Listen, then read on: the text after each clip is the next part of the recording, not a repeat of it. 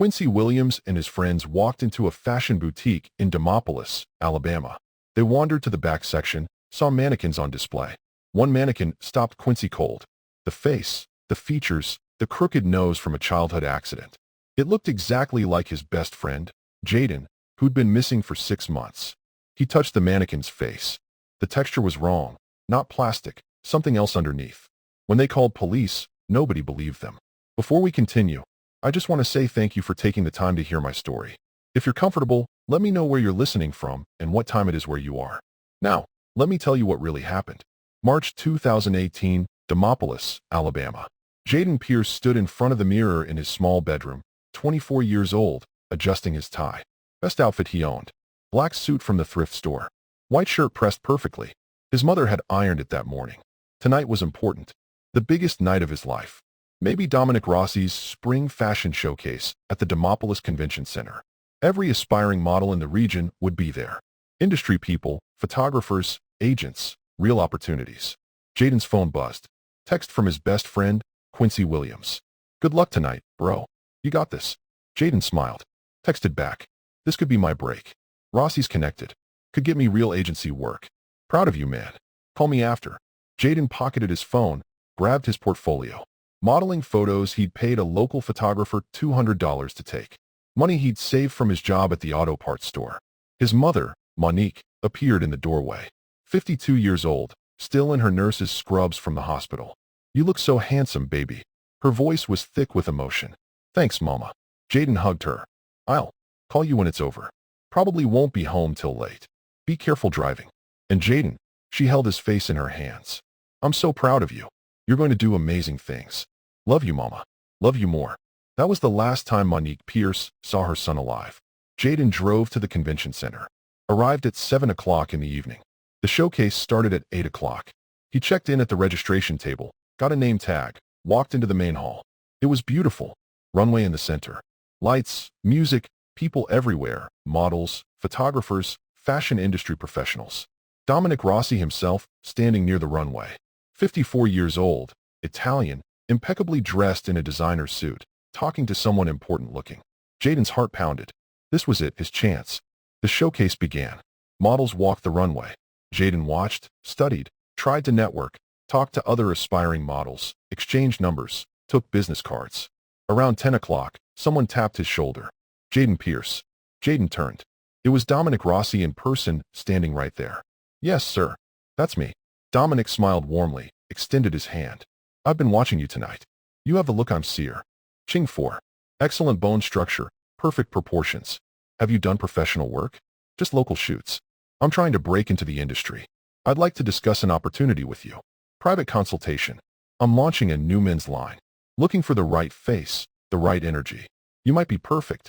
Dominic pulled out a business card, expensive card stock, gold lettering. Can you come by my studio tomorrow? Say 7 o'clock in the evening. It's the workshop behind my boutique, Rossi Couture, on Main Street. Jaden's hands shook as he took the card. Yes, absolutely. Thank you so much, Mr. Rossi. Call me Dominic. See you tomorrow, Jaden. This could be very good for your career. Dominic walked away. Jaden stared at the card. Could barely breathe. This was happening. Really happening. The showcase ended around 11. Jaden drove home. Called his mother. Mama, Dominic Rossi wants to meet with me. Private consultation tomorrow. Monique screamed with joy. Oh, baby. I knew it. I knew this would happen for you. Jaden called Quincy. Man, Rossi noticed me. Wants me for a new line. I'm going to his studio tomorrow. Quincy laughed. See, I told you you're about to blow up, bro. They talked for an hour, making plans, dreaming about the future. Jaden's modeling career taking off. Finally getting out of Demopolis, making his mother proud, proving everyone wrong who said he'd never make it. The next evening, March 17th, Jaden drove to Rossi Couture. Arrived at 7 exactly, parked behind the building like Dominic had instructed. Found the workshop entrance. Dominic greeted him warmly. Jaden, come in. Come in. The workshop was impressive. Professional lighting, backdrops, equipment. Dominic poured 2 glasses of champagne to your future. Dominic raised his glass. Jaden hesitated. I don't really drink. Just 1 glass to celebrate. This is vintage. Very expensive. You should experience it. Jaden took the glass, sipped. It tasted good, expensive, like success. They talked about the industry, about Dominic's vision, about the men's line, about Jaden's potential. Jaden felt sleepy. Suddenly, the room tilted. I'm sorry. I don't know why I'm so tired. It's all right. Dominic's voice seemed to come from far away. Just rest. Just rest. Jaden's eyes closed. He didn't feel himself fall. Didn't feel anything at all. 3 days later, police found Jaden's car in the convention center parking lot. Keys in the ignition. Phone dead. No signs of struggle. Just empty. Monique filed a missing person report. Told police about the meeting with Dominic Rossi. Police checked. Dominic said yes. Jaden had come by. They'd talked about modeling. Jaden had left around 8:30. Seemed fine. Excited about opportunities. Police found no evidence of foul play, no witnesses, no leads. Checked Jaden's phone records, bank accounts, nothing suspicious. After 3 weeks, they closed the case. Concluded Jaden had left voluntarily. Probably went to Atlanta or New York for modeling opportunities. Young people ID that. Chase dreams, started over. Monique refused to believe it. Jaden called her every day, every single day for 24 years. He wouldn't just leave without telling her, but she had no power, no money, no connections, just a mother's certainty that something was wrong. She searched anyway for 6 months, filed new reports, called police weekly, hired a private investigator with money she didn't have. Investigation stalled when funds ran out. No one listened. No one helped. No one cared enough about another missing black man from Alabama. Jaden Pierce disappeared into statistics. Another cold case. Another unsolved disappearance. Another family left without answers until September. September 2018, 6 months after Jaden disappeared, Quincy Williams lived 50 miles outside Demopolis in the countryside. Small house, small town. Everyone knew everyone. He worked as a mechanic at the local garage. 26 years old. Simple life, but good life. Except for the whole Jaden's disappearance left. Quincy and Jaden had been best friends since age 7. Grew up together, shared everything. Dreams, hopes, fears. Jaden was more than a friend. He was family. The brother Quincy never had. When Jaden disappeared, part of Quincy died, too. He'd called police dozens of times, demanded they investigate Dominic Rossi more thoroughly. They told him the same thing they told Monique. No evidence of foul play. Jaden left voluntarily. Adults have the right to disappear. Quincy lived with 2 friends, Braxton Hayes and Devontae Campbell. Both 20-some, both working-class guys. They made the 50 miles drive to Demopolis once a month. Supplies, shopping, errands, always the same routine. This particular Saturday in September, they decided to check out Rossi Couture. Braxton had heard Dominic recently expanded, moved to a bigger location. Not that they could afford anything there, but they were curious. Wanted to see where Jaden's last event had been connected to. The boutique was impressive. Large storefront on Main Street, gold lettering on the windows, Rossi Couture, elegant, expensive, intimidating. Man, we don't belong here. Devontae looked uncomfortable just looking. Quincy pushed open the door. Inside was like another world. High ceilings, polished floors, soft lighting, classical music playing. The front section had female mannequins, elegant displays showing designer dresses, price tags that made Quincy's eyes water, $3,000 for a dress, $5,000 for a coat. A store employee approached. Young black woman, professional name tag, said Shanice. Good afternoon. Can I help you gentlemen find something? Just browsing, Quincy said. Thanks. Shanice nodded politely, returned to her post near the register. The 3 friends wandered deeper into the store. Past the women's section. Toward the back, found an area with male mannequins. Sign overhead read men's collection. Clearance. It was dimmer back here, less trafficked. Corner section that felt almost forgotten. 5 mannequins displayed weary. In designer suits. Standing in various poses, professional, expensive looking. Quincy stopped walking, stopped breathing. One mannequin in the far corner, male, black, wearing a charcoal gray suit. The face. Quincy's vision tunneled, heart pounding so hard he could hear it. That face. He knew that face. Oh my God, he whispered. Braxton looked over. What's wrong? Quincy couldn't speak. Could barely move. Walked toward the mannequin like he was in a trance. Got closer, closer. Studied the face, cheekbones, jawline, the nose, the crooked nose. That's Jaden. Quincy's voice cracked. What? Braxton and Devontae moved closer. Man, come on. That's a mannequin. Look at the nose. Quincy grabbed Braxton's arm, shaking. It broke when we were 12. He fell off his bike. See the angle? It healed crooked and the scar above his eyebrow right there. Chickenpox when we were kids. That's Jaden. That's my best friend. Braxton and Devontae exchanged glances, looked at the mannequin more carefully. Quincy pulled out his phone, hands trembling so badly he could barely work it. Found Jaden's Instagram. Pulled up a photo from February, week before he disappeared. Jaden smiling at the camera, face clearly visible. He held his phone next to the mannequin's face, identical. Every feature matched perfectly. The crooked nose, the scar placement, the ear shape, the facial structure, even the small mole on the left cheek. Too specific, too exact, too perfect. Holy, __, Braxton breathed. That does look like him. Devontae reached out slowly, touched the mannequin's face, jerked his hand back immediately. That don't feel like plastic. Feels wrong. Like coated, like there's something underneath. He touched it again, more carefully. And it's warm, not room temperature. Plastic mannequins feel cool. This feels alive almost. Quincy's whole body started shaking. He touched the mannequin's cheek. Devontae was right. The texture was wrong. Not smooth plastic coated something, and warm, slightly warm, like body temperature trying to escape through layers. We need to call police. Quincy's voice was hollow right now. That's Jaden. They did something to him. They did something to my best friend outside the store. Sidewalk. Saturday afternoon. Sun beating down. Quincy's hands shook as he dialed 911. The operator answered, 911? What's your emergency? I need police at Rossi Couture on Main Street in Demopolis. I found my missing friend. He's been turned into a mannequin. Silence on the line. Then, sir, can you repeat that? Quincy took a breath, tried to stay calm. My best friend, Jaden Pierce, disappeared in March. 6 months ago. I just found him in the store as a mannequin. His face. It's him. I know it's him. Someone needs to investigate. Sir, are you saying a mannequin looks like your friend? No, it is him. His face, exact features, the crooked nose from an accident, the scar, everything. Please send someone.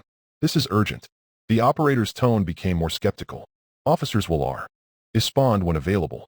Can you stay at the location? Yes, we'll be here. Please hurry. Quincy hung up, looked at Braxton and Devontae. They're sending someone. 2 hours passed. Quincy called again. Different operator. Explained everything again. Got more frustrated. This is urgent. My friend is dead. Someone killed him. He's in that store. The operator's voice was patient but dismissive. Your complaint has been logged. Officers are handling higher priority calls. Mannequin complaints aren't emergency level. It's not a complaint. It's a murder. Sir, someone will come when available. 3 more hours. The store would close soon. Finally, a police car pulled up. One officer, patrol car. The officer got out. White, young, maybe mid-20s. Name tag said Chen. He approached them with obvious annoyance. You guys called about a mannequin? Yes, Quincy stood. My friend Jaden Pierce, missing since March. That mannequin in there is him. Officer Chen sighed. Show me. They entered the store. Shanice Morrison, the store manager, appeared immediately. Professional, concerned. Officers, is there a problem? These young men say one of your mannequins is actually their missing friend. Chen's tone made it clear what he thought of this claim. Shanice looked confused, glanced at Quincy and his friends. That's not possible. All our mannequins are from professional suppliers, high-end custom pieces from Italy. Which one? Chen asked. They led him to the back section, pointed at the mannequin in the gray suit. This one, Quincy said. That's Jaden Pierce. Look at the face. Compared to this photo, he showed his phone. Jaden's Instagram photo. Clear shot of his face. Chen glanced briefly at the mannequin, then at the photo, shrugged, walked over and knocked on the mannequin's chest once. Hard made a hollow sound. It's fiberglass or resin. Standard mannequin construction just looks realistic. But the face, Quincy's voice rose. Every detail matches the nose, the scar, the mole. Look closer. High-end mannequins are designed to look lifelike. Chen was already walking away. Sometimes they resemble real people. It's coincidence. I understand you miss your friend, but this is just a mannequin. Quincy grabbed his arm. Desperate. Please just test it. DNA test. Something. Prove me wrong. Chen pulled away, his expression hardened. We can't damage private property based on resemblance. I understand you're grieving, but making false reports is a crime. Don't waste our time again. He walked out of the store, left them standing there devastated. Quincy tried to explain to Shanice, showed her the photo again. Please just look at the face. Really look. Shanice examined the photo, looked at the mannequin. Her expressions softened slightly. I can see there's a resemblance. I understand why you're upset, but mannequins are designed to look attractive. Sometimes they happen to resemble real people. It's happened before with other customers. They think they see someone they know. It's not Lance. Quincy was getting louder, emotional. It's him. Every feature. The nose broke in a specific way. The scar is exactly where his scar was. The mole is in the exact spot. Other customers were staring now. Whispers, uncomfortable glances. The security guard, Carlton Edwards, intervened. Large black man, 50s. Calm but firm. Sir, you need to calm down. I am calm. I just want someone to listen. Carlton's hand moved to his belt. Sir, what's happening here? A new voice, authoritative, confident. Everyone turned. Dominic Rossi stood at the entrance to the back section. 54 years old, Italian, silver hair, perfectly styled. Designer suit that probably cost more than Quincy's truck. Presents that commanded immediate attention and respect. Shanice quickly explained the situation. The young man's claim, the mannequin, the resemblance. Dominic walked over to the mannequin, studied it, looked at the photo Quincy showed him. His expression was sympathetic, understanding, kind. I understand you're grieving, he said gently. Losing a friend is incredibly painful. The mind sometimes sees patterns, searches for connections, wants to believe. He gestured at the mannequin. But this is a custom piece imported directly from a manufacturer in Milan. Cost $18,000. One of a kind. Part of my premium collection. Then test it. Quincy's voice broke. Prove me wrong. If it's just a mannequin, prove it. Dominic's expression changed. The kindness disappeared. His voice became cold. Hard. This is my business, my property. You're disrupting my customers, causing a scene. I'm asking you politely to leave now. Carlton moved closer, hands still near his belt. We just want the truth. Quincy's hands were fists, shaking. The truth, Dominic said slowly, is that you're harassing my business over a mannequin. You're banned from this store, all three of you, permanently. If you return, I will file trespassing charges. I will have you arrested. Do you understand? He nodded to Carlton. Security, please escort these gentlemen out. Carlton physically guided them toward the door. Not rough, but firm. No room for argument. Outside on the sidewalk, the three friends stood in stunned silence. Quincy tried calling police again, got a different officer, explained everything. The officer's response was immediate and harsh. Sir, Officer Chen already investigated your complaint. He determined it's just a mannequin. If you continue calling about this, you'll be charged with filing false reports. This is your final warning. Do not call again. The line went dead. Quincy stared at his phone, then looked at Braxton and Devontae. His eyes were wet. Nobody believes us. We're just three black guys from the country. No education, no money, no power. And Rossi, he's rich, white, respected, connected. The system protects him, not us, never us. They drove home in silence, back to the countryside, back to their lives. But nothing would ever be the same because Quincy knew deep in his bones, deep in his soul, that Mannequin was Jaden, his best friend, his brother, and nobody would help him prove it. 2 weeks passed. The worst 2 weeks of Quincy's life. He couldn't sleep, couldn't eat, kept seeing Jaden's face. That mannequin standing in the corner of Rossi Couture, displayed like decoration, like an object, like nothing. His mind replayed it constantly. The features, the crooked nose, the scar, the mole. Too perfect, too exact, too specific to be coincidence. But what could he do? Police wouldn't listen. The store had banned him. He had no power, no resources, no way to prove what he knew was true. Finally, he made a decision. He had to tell Monique. Jaden's mother deserved to know. Even if nobody believed them, even if they could do nothing, she deserved to know her son might be there. Sunday afternoon, Quincy drove to Monique's house. Small home in the countryside. Modest, neat, well-maintained despite being over 50 years old. He knocked on the door. Monique answered. Her face lit up briefly when she saw him. Quincy, come in, baby. Then she saw his expression, saw the weight he was carrying. Her smile faded. What's wrong? Inside, photos of Jaden covered every surface. Baby pictures, school photos, graduation, modeling headshot, a shrine to a missing son. 6 months of searching reflected in every carefully placed frame. They sat at the small kitchen table, same table where Quincy and Jaden had done homework as kids, where they'd eaten countless dinners, where Monique had made them tea and talked about their futures. She made tea now. Habit ritual. Always made tea for serious conversations. Quincy wrapped his hands around the warm cup, stared into it. Didn't know how to start. Just tell me, Monique said quietly. Her hands trembled around her own cup. So Quincy told her everything. The monthly shopping trip to Demopolis. Deciding to check out Rossi Couture, wandering to the back section, seeing the mannequin, recognizing Jaden's face, every feature. The crooked nose from the bike accident, she'd driven him to the emergency room for the scar above his eyebrow from chickenpox when he was 5, the mole on his left cheek he'd had since birth, calling police 4 times. Officer Chin barely looking, being dismissed, being banned, being threatened with arrest. Monique listened without interrupting. Tears ran down her face, hands shaking so badly tea spilled on the table. When Quincy finished, she was silent for a long time. You really believe it's him? Her voice was barely audible. Quincy looked her in the eyes. Miss Monique, I know it's him. I grew up with Jaden. I know his face better than I know my own. That mannequin is Jaden. I don't understand how. I don't know what they did, but it's him. Monique stood, walked to a cabinet, pulled out a thick folder, set it on the table. Inside was everything. Missing person reports, private investigator notes, receipts for searches, police call logs, newspaper clippings, 6 months of desperate searching. Documented in painful detail. Police told me he left, she said, voice thick with emotion, went to bigger city for modeling. Said I needed to accept it, move on. But Jaden called me every single day. Every day for 24 years. He wouldn't just leave. I knew it. I felt it. She sat back down, but nobody would listen. I called them every week. Filed new reports every month. Hired an investigator with money I didn't have. He searched for 2 months until I ran out of money. Found nothing.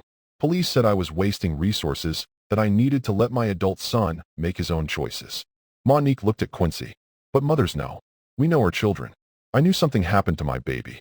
Knew it in my bones, and now you're telling me. She couldn't finish. Broke down completely, sobbing, body shaking. Quincy moved around the table, held her, both of them crying.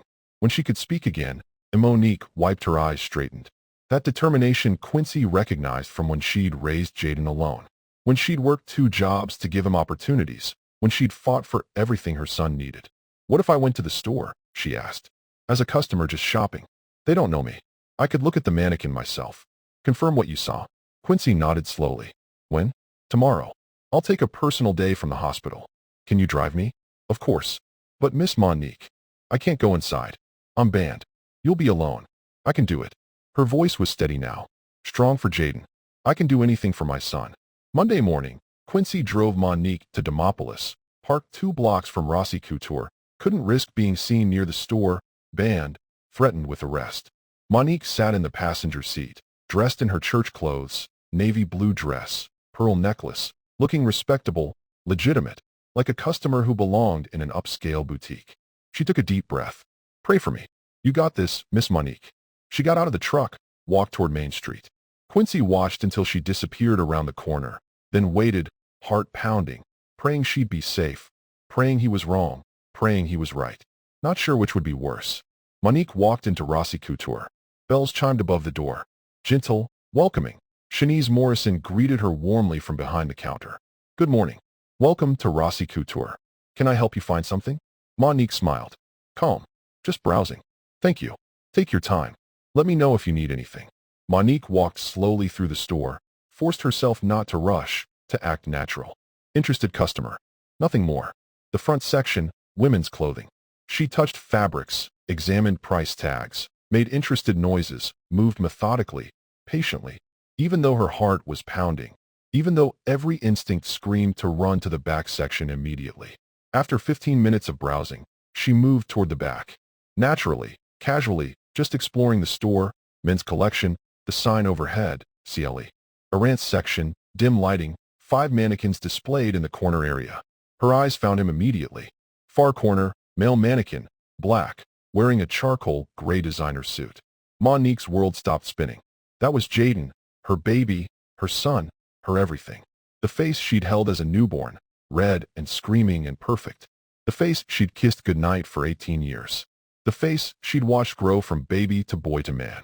The face she'd stared at in photos for 6 months, memorizing every detail in case he came home. The crooked nose. She was there when it broke. Age 12. Bike accident in front of the house. She'd heard the crash. Run outside. Found him crying on the pavement. Drove him to the emergency room. Held his hand while they said it. It healed crooked. Gave his face character. Made him unique. The scar above his left eyebrow. Age 5. Chickenpox. She told him not to scratch. Put medicine on the spots, but he'd scratched anyway when she wasn't looking. Left a small scar. Permanent reminder of a childhood illness. The mole on his left cheek. Birthmark. He'd had it since birth. She remembered the nurse pointing it out. He's got a little beauty mark. Monique had kissed it every day when he was a baby. This was Jaden. This was her son. Monique's legs gave out.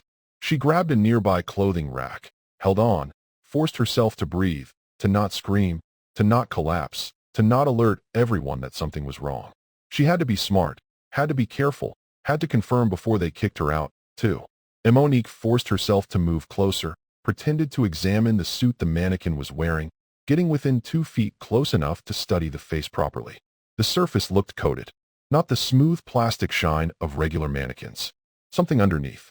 A texture that was wrong. Off. Unnatural. She reached out carefully, adjusted the mannequin's collar. Legitimate reason to touch. Customer examining the product. Her fingers brushed the neck. Just for a second, just enough. The temperature was wrong. Slightly warm. Not room temperature. Mannequins should be cool. Should match the air around them. And the texture underneath the coating, not hard plastic. Something else. Something that felt like skin. Preserved skin. Treated skin. But skin. Monique pulled her hand back, took out her phone, pretended to be texting while actually taking photos. Multiple angles. The face profile, the nose, the scar, the mole, everything. Evidence, proof, something to show police. She stepped back, looked at the other mannequins briefly, forced herself to. Had to act normal. Just a customer browsing. Then she moved to a different section. Women's clothing, browsed for another 10 minutes, selected a small item, a scarf, $20. Established herself as a legitimate customer, not just someone lurking. At the register, Shanice rang up the purchase. Did you find everything okay? Yes, thank you. Monique's voice was steady. Amazing what terror and determination could do. Beautiful store. Thank you so much. Have a wonderful day. Monique walked out, calm, controlled. Made it around the corner 2 blocks to Quincy's truck, climbed in, closed the door, collapsed, sobbing, body shaking, making sounds she didn't know a human could make. Sounds of a mother's heart breaking, of 6 months of hope dying, of knowing the worst truth imaginable. Quincy held her, let her cry, didn't ask questions, already knew the answer from her reaction. When she could speak, when the sobs subsided enough for words, Monique looked at him with eyes that had died. That's my son. That's Jaden. Oh God, Quincy. What did they do to my baby? What did they do? Tuesday afternoon. Monique's house. Kitchen table covered in photos. Laptop open. Research materials spread everywhere. That's definitely Jaden. Monique stared at the photos she'd taken. But how do we make them listen? Police won't investigate. Store banned you. We have no power, no money, no connections. Quincy thought. What if it's not just Jaden? Dominic's been hosting fashion events for years. Big shows, charity galas. What if there are other missing models? Other families? Monique looked up. Other families? If we're not alone? If there's a pattern, maybe they'll have to listen. Monique opened her laptop, started searching Facebook groups for missing persons, local news archives, missing person databases, Alabama Bureau of Investigation reports. She searched for hours.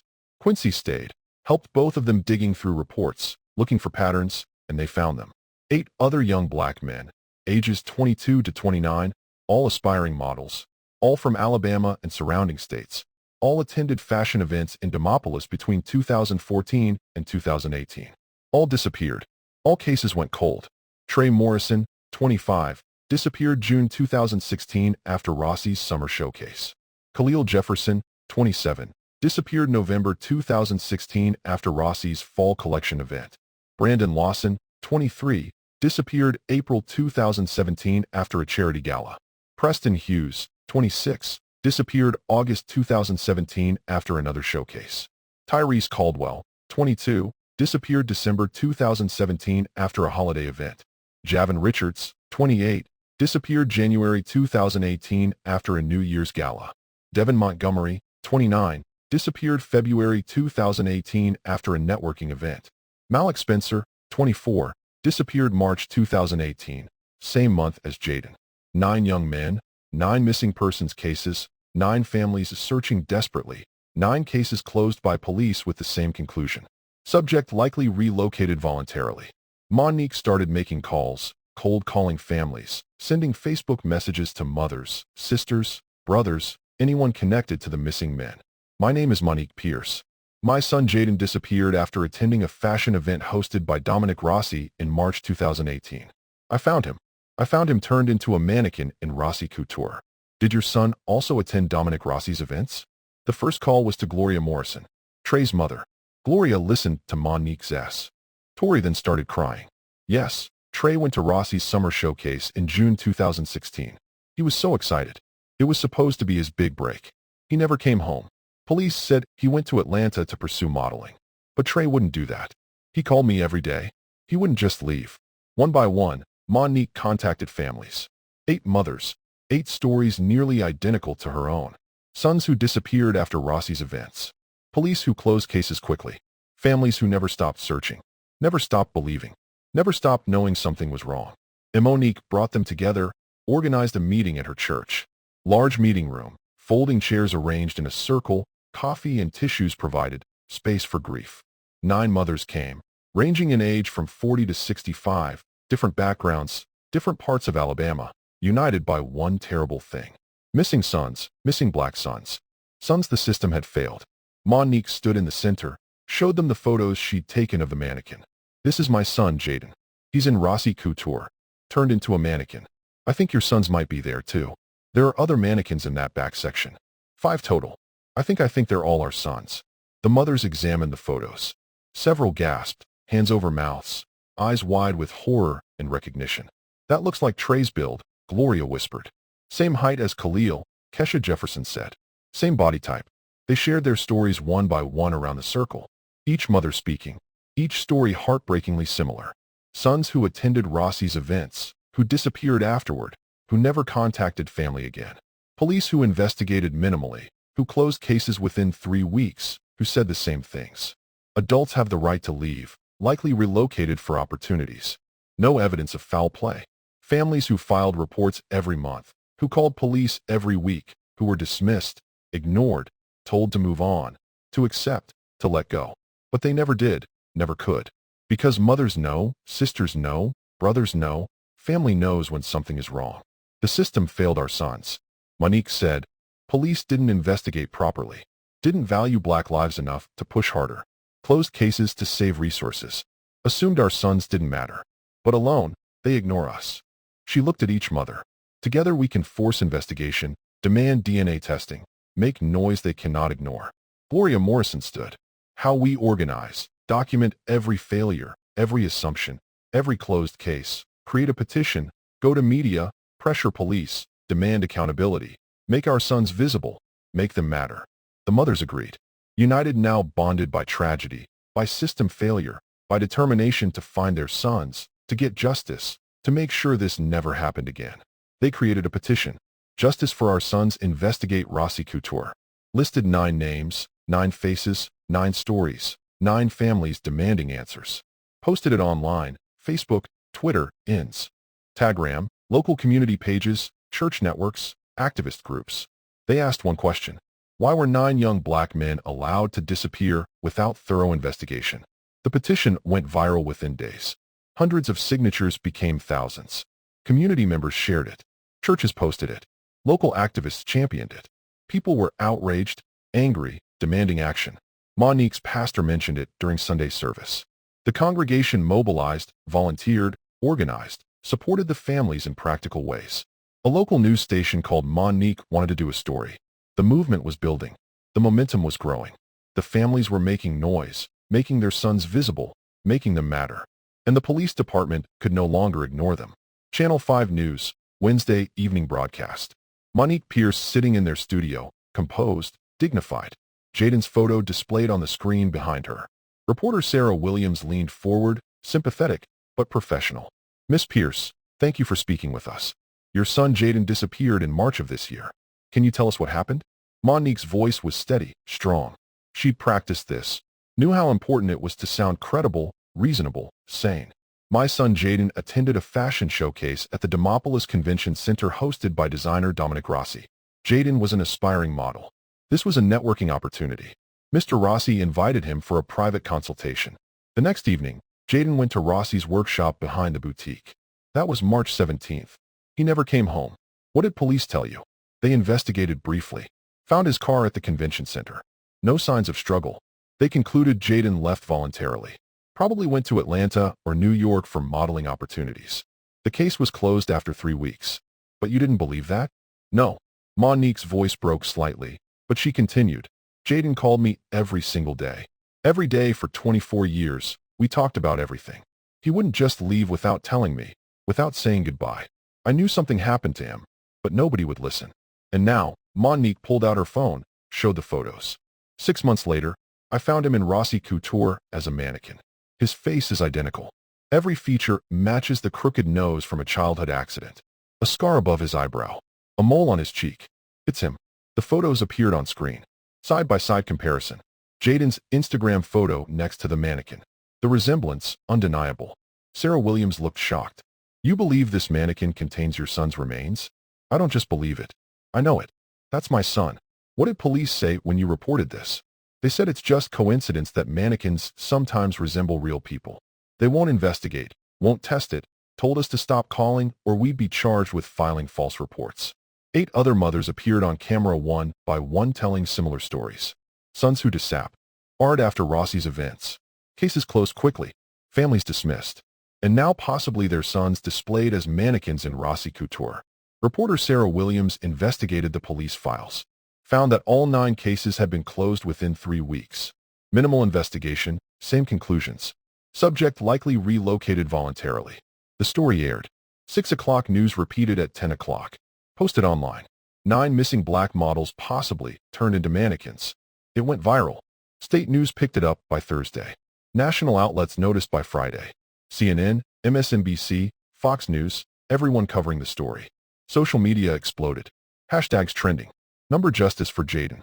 Number test the mannequins. Number Black Lives Matter. Number Demopolis 9. Pressure mounted on Demopolis Police Department.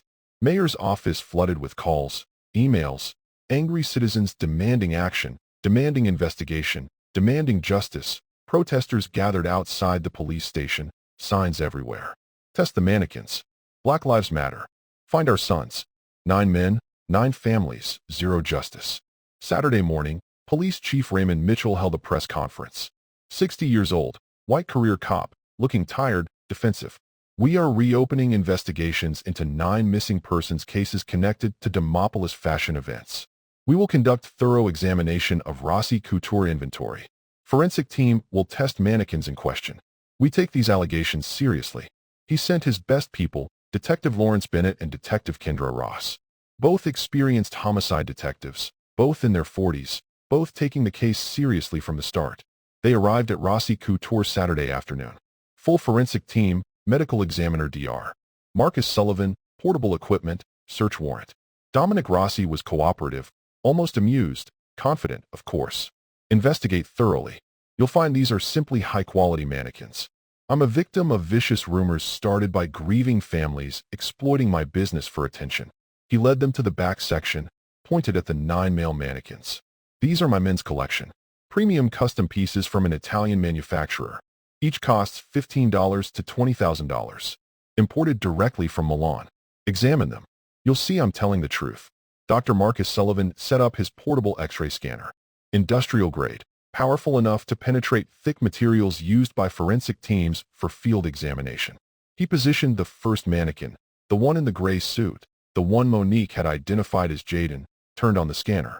The machine hummed, processed, image appeared on the laptop screen. Everyone leaned in, looked, went silent. The screen showed clear skeletal structure inside the mannequin. Human unmistakable vertebrae running up the spine. Ribs forming a cage. Pelvis, leg bones, arm bones, hands with finger bones, skull with jaw and teeth. Not hollow plastic, not foam core, not empty. Actual human skeleton, complete, intact, positioned upright. Coated in something, preserved. Dr. Sullivan's face drained of color. This is not a mannequin. This contains human remains. Detective Lawrence immediately moved to arrest Dominic. Dominic Rossi, you're under arrest for murder and desecration of human remains. You have the right to remain silent. Wait. Dominic's confidence cracked. This is a mistake. Those are just custom mannequins. This is absurd. Anything you say can and will be used against you in a court of law. You have the right to an attorney. I demand my lawyer. This is harassment. Those families are lying. If you cannot afford an attorney, one will be provided for you. Lawrence handcuffed Dominic while Kendra called for backup. More officers. Crime scene team. Coroner. This was now a multiple homicide scene. Dr. Sullivan scanned the remaining 8 male mannequins one by one, methodically documenting everything. Every single scan showed the same thing. Human skeletal structures. All preserved. All coded. All positioned. All displayed. 9 murdered men. Turned into mannequins. Sold as high-end decor. Displayed in a boutique on Main Street for months or years while families searched desperately. The store was evacuated. Entire back section sealed as crime scene. Yellow tape everywhere. Forensic teams began the careful extraction process. Media gathered outside. Cameras everywhere. Reporters shouting questions. Detective Kendra called Monique. "Miss Pierce, we found them. All 9. Your son, the others. I'm so deeply sorry, but we found them. You were right. You were right about everything." Monique collapsed. Quincy was there to catch her, hold her, cry with her.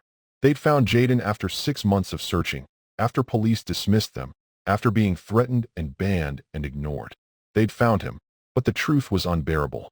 Jaden hadn't left, hadn't moved to Atlanta, hadn't chased his dreams. He'd been murdered, turned into decoration, displayed 3 miles from his mother's house while she searched, while she cried, while she begged police to look harder. He'd been there the whole time, and nobody had cared enough to find him until now. Until the families refused to be silent, until they organized, until they forced the system to listen, to care, to act. The other 8 families received similar calls, similar devastation. Years of hoping their sons were alive somewhere, starting over, building new lives. Gone. That hope destroyed, replaced with nightmare truth. Gloria Morrison screamed when told collapsed. Her son Trey had been displayed for over 2 years. Over 2 years. While she searched, while she filed reports every month, while police told her to give up, one by one. 9 families, 9 moments of unbearable truth, 9 lives shattered by confirmation of worst fears, but also finally answers. After years of not knowing, finally closure, finally justice coming. The system had failed them, but they hadn't failed their sons. They'd never stopped searching, never stopped fighting, never stopped believing. And now, finally, someone was listening. At Demopolis Police Station, interrogation room, gray walls, metal table, 2 chairs, camera in corner recording everything. Dominic Rossi sat composed, hands folded, lawyer beside him telling him to stay silent. But Dominic waved the lawyer off. "I want to talk. People need to understand." Detective Lawrence Bennett sat across from him. 48 years old, 20 years in homicide. Seen terrible things. But this was different. "Why did you kill 9 young men, Mr. Rossi?" Dominic's expression was serene, almost peaceful. "I didn't kill them. I transformed them, elevated them, made them eternal." Lawrence exchanged glances with Detective Kendra Ross, standing by the door. Both thinking the same thing. This man is insane. Transform them. How? Dominic leaned forward, eager to explain. "I've studied ancient practices for 30 years. Part of an occult study group. We researched sacred rituals from cultures throughout history. Preservation of beauty. Sacrifice at peak perfection." His eyes were clear, rational, completely convinced of his beliefs. Male models represent peak human form. Physical perfection. Beautiful, perfect, but it's temporary. Age destroys it. Beauty fades. Youth dies. What remains? Nothing. So you killed them. I preserved perfection, made it eternal. These young men were at their peak.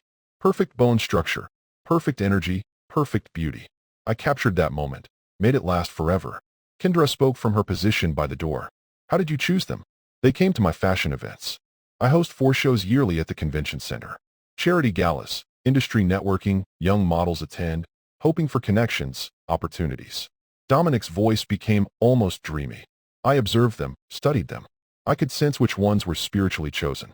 Perfect proportions, perfect features, perfect energy, special, meant for transformation." "What happened at your workshop?" "I'd invite them for private consultation. Exclusive opportunity. They were excited, ambitious, came willingly. I'd offer champagne, vintage, expensive. They'd drink it, thank me. Then the medicine would take effect. They'd become sleepy. I'd help them lie down. They'd fall asleep peacefully. No pain, no suffering." Lawrence kept his voice steady. "Then what?" "Then I performed the preservation ritual. Traditional methods I learned during my mortician training 20 years ago. Proper technique, professional standards, drain, preserve, position, then coating, multiple layers. Creates a surface like fiberglass. Looks like mannequin. Feels like mannequin to casual touch. Why display them in your store? Dominic looked confused by the question. Like the answer was obvious. Public display completes the ritual. They must be seen, admired, worshipped unknowingly by observers. That transfers their perfection, elevates everyone who sees them, benefits the whole community. You told your staff never to touch them. Yes, I said that. Why were expensive custom pieces, $15 to $20,000 each? Staff respected that. I maintained them personally, cleaned them, positioned them, made sure they remained perfect. Did anyone help you? Kendra asked. No, this was my calling, my sacred work. The occult study group I mentioned disbanded years ago. Most members moved on, but I continued practicing alone. This was my personal ritual, my transformation, my gift to these young men. He showed no remorse, no guilt, no understanding that he'd done anything wrong. Actually believed he'd created art, given his victims eternal life, elevated them through murder and desecration. Lawrence stood. Dominic Rossi, you're being charged with 9 counts of first-degree murder, desecration of human remains, operating a criminal enterprise. You'll be held without bail pending trial. Dominic remained calm as they led him to a cell, still convinced he was right, that the world simply didn't understand his vision, his art, his sacred calling. In the observation room, Quincy and Monique had watched everything through the one-way glass. Heard Dominic's explanation, his calm description of murdering their sons, his complete lack of remorse. Monique was shaking. Quincy held her, both crying, both devastated, but also relieved. Finally, someone believed them. Finally, there was evidence. Finally, justice was coming. Over the next week, Dr. Marcus Sullivan worked around the clock with his forensic team, carefully extracting DNA samples from all 9 mannequins. The process was delicate, complicated. The coating was thick, professional grade, multiple layers of preservation materials and protective coating, but they drilled tiny access points, extracted tissue samples from less coated areas, sent samples to the state crime lab. Results came back over several days, one by one. Each confirmation devastating and confirming. Jaden Pierce, 24, disappeared March 17, 2018. DNA matched Monique sample, confirmed. Trey Morrison, 25, disappeared June 12, 2016. DNA matched Gloria's sample, confirmed. Khalil Jefferson, 27, disappeared November 8, 2016. DNA matched Kesha's sample, confirmed. Brandon Lawson, 23, disappeared April 19, 2017. Confirmed. Preston Hughes, 26, disappeared August 3, 2017. Confirmed. Tyrese Caldwell, 22, disappeared December 14, 2017. Confirmed. Javon Richards, 28, disappeared January 21, 2018. Confirmed. Devin Montgomery, 29, disappeared February 9, 2018. Confirmed. Malik Spencer, 24, disappeared March 18, 2018. One day after Jaden confirmed, 9 identified victims, all black male models, ages 22 to 29, all attended Dominic Rossi's fashion events, all murdered, all turned into mannequins, all displayed publicly for months or years, some for as long as 2 years. 2 years standing in that boutique, walked past by thousands, admired by customers, called beautiful, called perfect, called art, while families searched desperately, while mothers cried every night, while police dismissed their concerns, while the system failed them over and over. Detective Lawrence made the phone calls personally. 9 families, 9 conversations, 9 moments of unbearable finality. He called Monique first. Miss Pierce, DNA testing confirms the mannequin in Rossi Couture is your son, Jaden. I am so deeply sorry. His remains will be released for proper burial after evidence collection completes. Monique already knew, had known since she saw that mannequin, but confirmation was different. Final. No more hope. No more maybe he's alive somewhere. No more possibility of miracle. Definitely gone. Murdered, displayed for 6 months. She collapsed. Quincy caught her, held her while she sobbed, while she screamed, while she made sounds no mother should ever have to make. The other families received similar calls, similar devastation. Gloria Morrison screamed when told about Trey. Couldn't breathe, couldn't process. Her son had been displayed for over 2 years.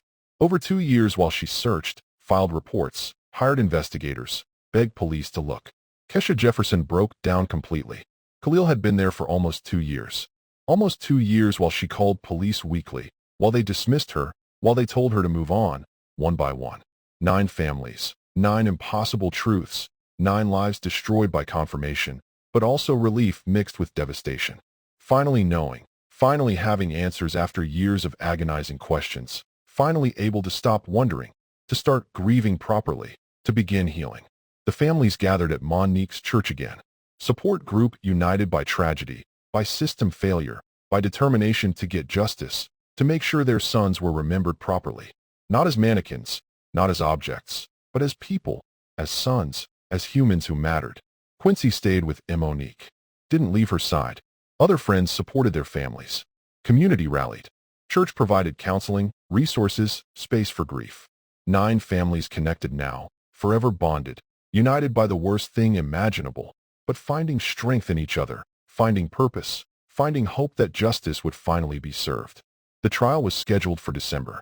3 months away, 3 months to prepare, to gather evidence, to build the case, to make sure Dominic Rossi never hurt anyone again.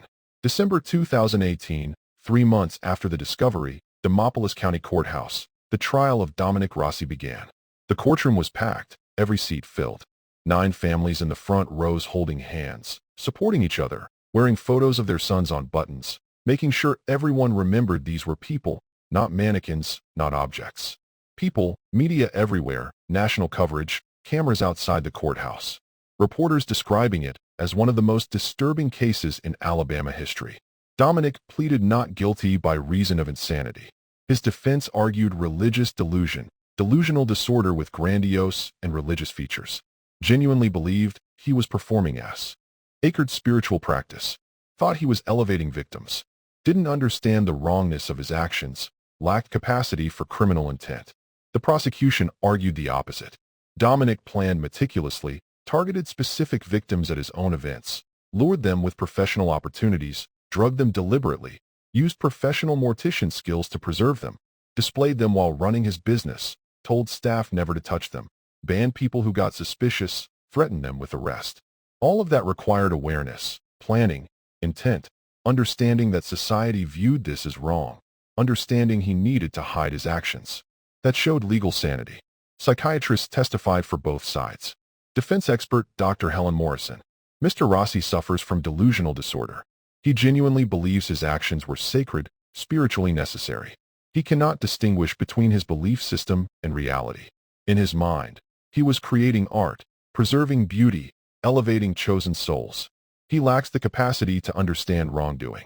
Prosecution expert Dr. Robert Chin. Mental illness is present, but it doesn't meet the insanity threshold. Mr.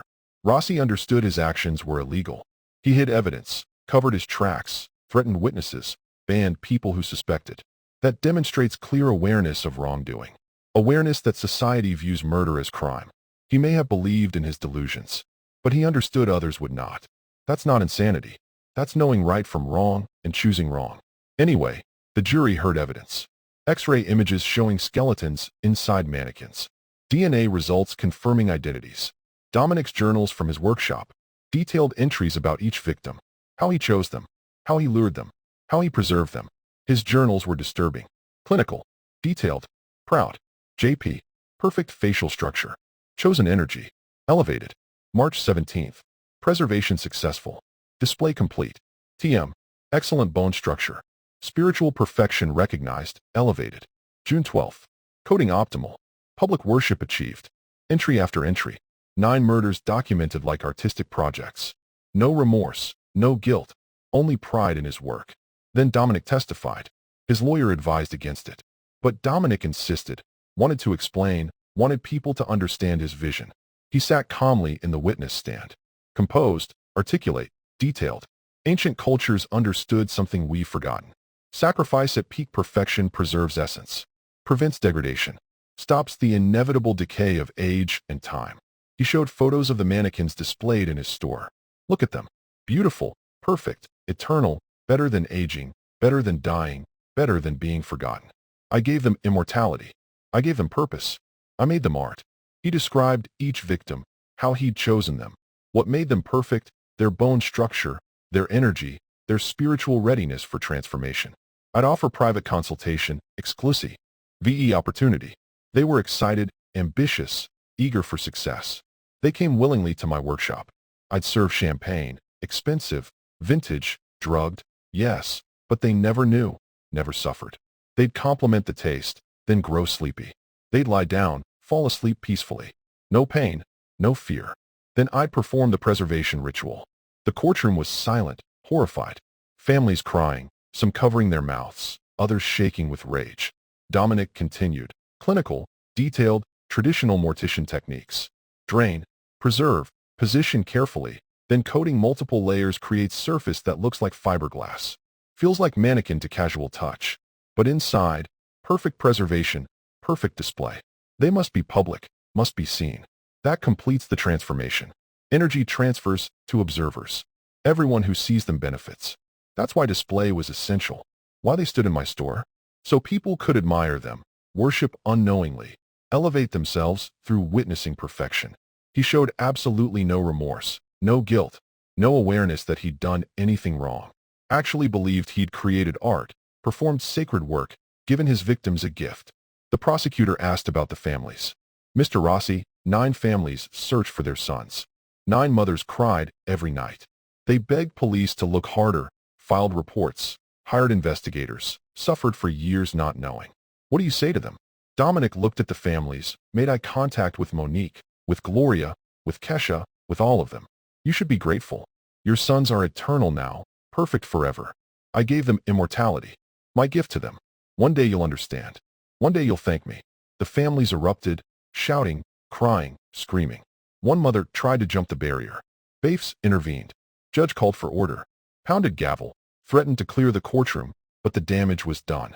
Dominic's total lack of remorse, his belief that he'd done something good, his conviction that families should thank him, all of it clear to everyone, especially the jury. The prosecution rested, defense presented their case. Character witnesses who said Dominic seemed normal, neighbors who said he was kind, church members who said he was generous. He seemed like a respected businessman. One said always donated to charity, hosted fundraisers, supported the community. I never would have suspected. That was the horror Dominic Rossi had hidden in plain sight. Respected, trusted, normal. While murdering young men and displaying them in his store, the jury deliberated for 4 days. The families waited at the church, supporting each other, praying, hoping, fearing. Saturday afternoon, the call came. Verdict reached. Everyone rushed to the courthouse. The jury filed and face is serious. Judge asked for the verdict.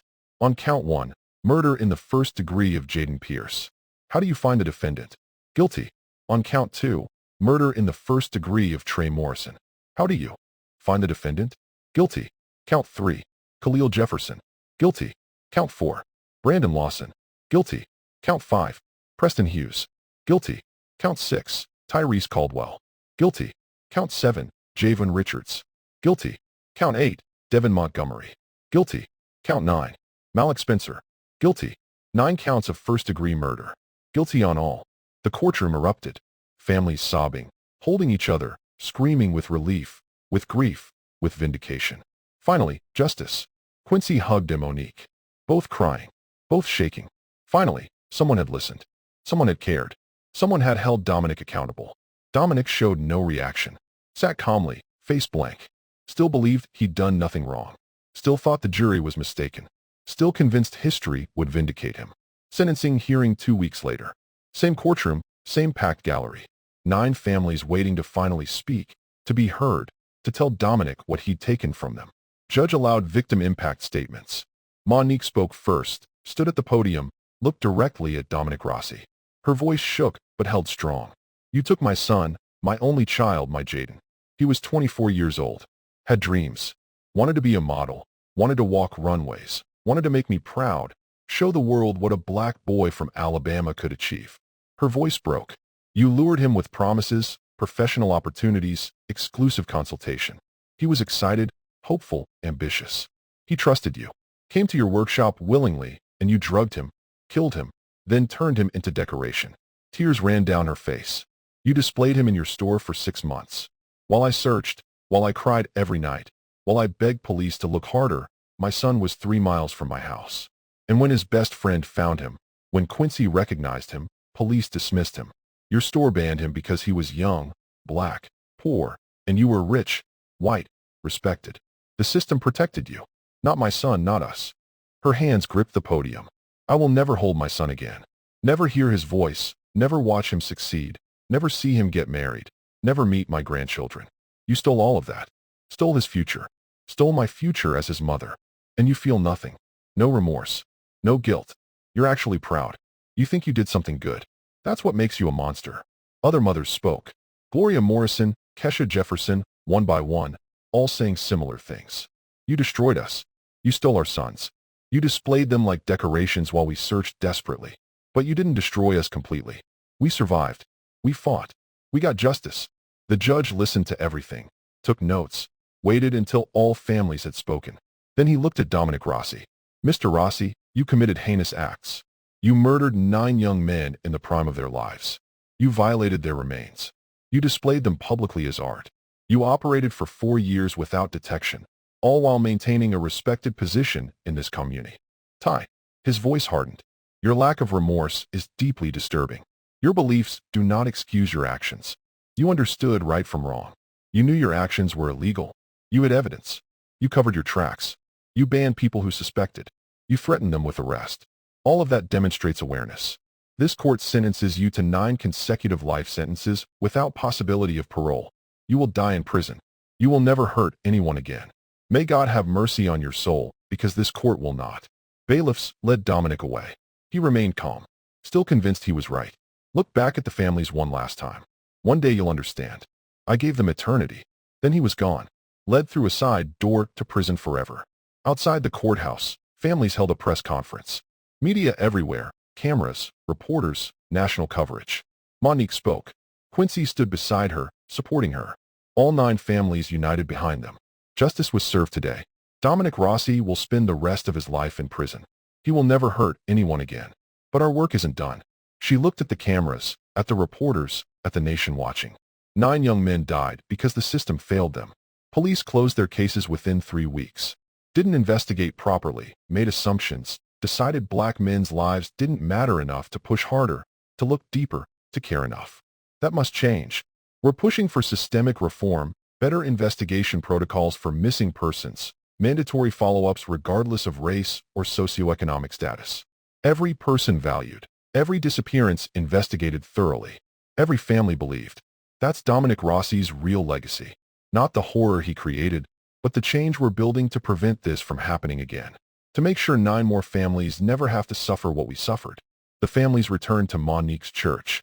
Their safe space, their community, held each other, cried together, started the long process of healing. Justice had been served, but the pain would never fully go away. The sons would never come back. The years of searching would never be returned. But they had answers now. They had closure. They had each other. And they had purpose. To make sure their sons were remembered. To make sure the system changed. To make sure this never happened again. September 2020, 2 years after the discovery, 2 years of healing, 2 years of advocacy, 2 years of change, Demopolis had transformed. The city that had failed 9 families, the police department that had closed cases too quickly, the system that hadn't valued black lives enough. All of it different now. Better, changed by tragedy into something more just. Where Rossi Couture had stood, there was now empty land. The building had been demolished, torn down. Nobody wanted that cursed place standing. Too contaminated by evil, too haunted by what had happened there. The city purchased the land, converted it into a memorial park, the Garden of 9. 9 granite monuments arranged in a circle, each bearing a name, a photo from life. Not death, not as mannequins. As people, as sons, as humans who had lived and loved and dreamed. Jaden Pierce, 1, 94 to 2018. Aspiring model. Beloved son, he dreamed big and loved bigger. Trey Morrison, 1991 to 2016. Aspiring model. Beloved son, he made everyone smile. K.H.I.L. Jefferson, 1989 to 2016. Aspiring model. Beloved son, he wanted to mentor youth. And 6 more monuments, 9 young men, 9 stolen futures, 9 families, forever changed trees planted by families. Flowers and beds maintained by volunteers. Benches for quiet reflection. Walking paths winding through the space. Beautiful, peaceful, sacred. The dedication ceremony was on September 15th, 2 years exactly since Quincy had walked into that store. Since he'd seen that mannequin, since everything changed. Hundreds of people attended, 9 families front and center. Quincy stood with Monique. Both changed by these 2 years. Older, sadder, but stronger, united. The mayor spoke about learning from failures, about doing better, about honoring these young men through action and change. The police chief spoke about reforms implemented, new protocols, mandatory follow-ups for missing persons, no more assumptions, no more closed cases without thorough investigation, better training, more resources, community oversight. Then Monique was asked to speak. She stood at the podium, looked at the gathered crowd, looked at the monuments, took a deep breath. 2 years ago, my son's best friend found him. Quincy Williams found. Jaden turned into a mannequin, displayed in a store. He called police 4 times. They dismissed him, treated him like a prank caller. Like his word meant nothing because he's a young black man. Because his word meant nothing against a rich white store owner. Her voice strengthened. But Quincy didn't give up. He told me. Together we organized. We found 8 other families, 8 other missing sons. We created a petition. We went to media. We forced investigation. We exposed the truth. She gestured to the monuments. 9 young men were murdered, turned into objects, displayed publicly, some for over 2 years. While we searched, while we begged police to look, while the system failed us over and over. But we didn't fail them. We found them. We fought. We got justice. And now we make sure they're never forgotten. Monique looked at the crowd. These 9 men had dreams. Jaden wanted to walk fashion runways. Trey wanted to act. Khalil wanted to model and mentor youth. Each had goals, plans, futures. Dominic Rossi stole that. But he didn't steal their memory. Didn't steal our love. Didn't steal their legacy. Their legacy is this garden. This memorial, the changes we fought for, police protocols improved, missing persons cases investigated better. Black families believed more. Support systems created. That's what these 9 men gave us. Not through dying, but through us refusing to let them be forgotten. Refusing to accept injustice. Fighting until truth was exposed. Quincy stepped forward. 28 years old now, working full-time with the nonprofit they'd created. Black Missing Persons Advocacy, helping families navigate investigations, keeping cases active, making sure nobody else went through what they did. I found my best friend by accident, he said. Monthly shopping trip, wandered to the back of a store, saw a mannequin that looked like Jaden. Knew immediately. Felt it in my soul. His voice rose with emotion, but nobody believed me. Police came once, looked for 2 minutes, said I was wasting time. Store owner banned me, threatened me with arrest if I returned. I felt powerless, helpless because a young black man's word means nothing in this system. But I didn't stop, told Jaden's mother. She organized the families. We fought together, made them listen, made them investigate, made them care, and we were right. Jaden was there. 8 others, too. All dismissed by police. All forgotten by the system until we refused to be silent. Quincy looked at Jaden's monument. Jaden was my brother, not blood. But we chose each other as family, grew up together, shared dreams. He wanted to succeed. Make his mother proud. Show our community that black boys from the countryside can achieve anything. His voice broke. He didn't get that chance. But his death created change. His memory inspires action. That's the legacy Dominic Rossi never understood, never could take away from us. The families gathered around the monuments. Each family at their son's stone, placing flowers, touching granite, saying names aloud, remembering, honoring, loving. Quincy and Monique stood at Jaden's monument longest. Both crying, both healing, both grateful and devastated all at once. Monique touched the warm stone. Rest easy, baby. Mama made sure you remembered. Made sure you mattered. Made sure you got justice. Her voice broke. I love you forever. You're home now. You're safe. And I'll keep fighting for you. For all 9 of you. For every missing person who needs someone to believe them.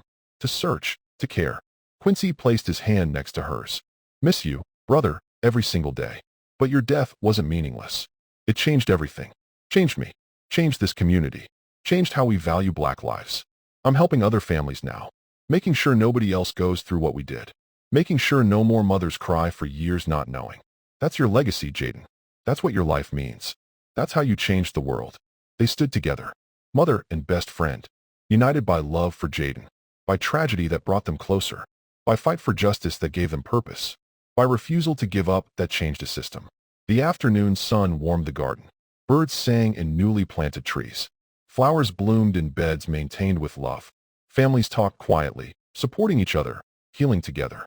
Sacred space where 9 young men were remembered, where 9 families found community, where justice was finally served, where love defeated evil. Dominic Rossi was in prison, would die there. Names synonymous with horror, with evil, with monstrosity.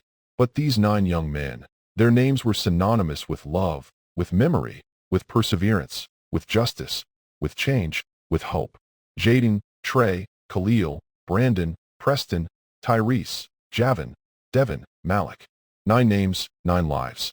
9 young men who mattered then, who matter now, who will always matter. Their garden grows, their legacy lives, their memory honored. Their deaths created change that saves lives, their families united, their stories told, their names never forgotten, forever.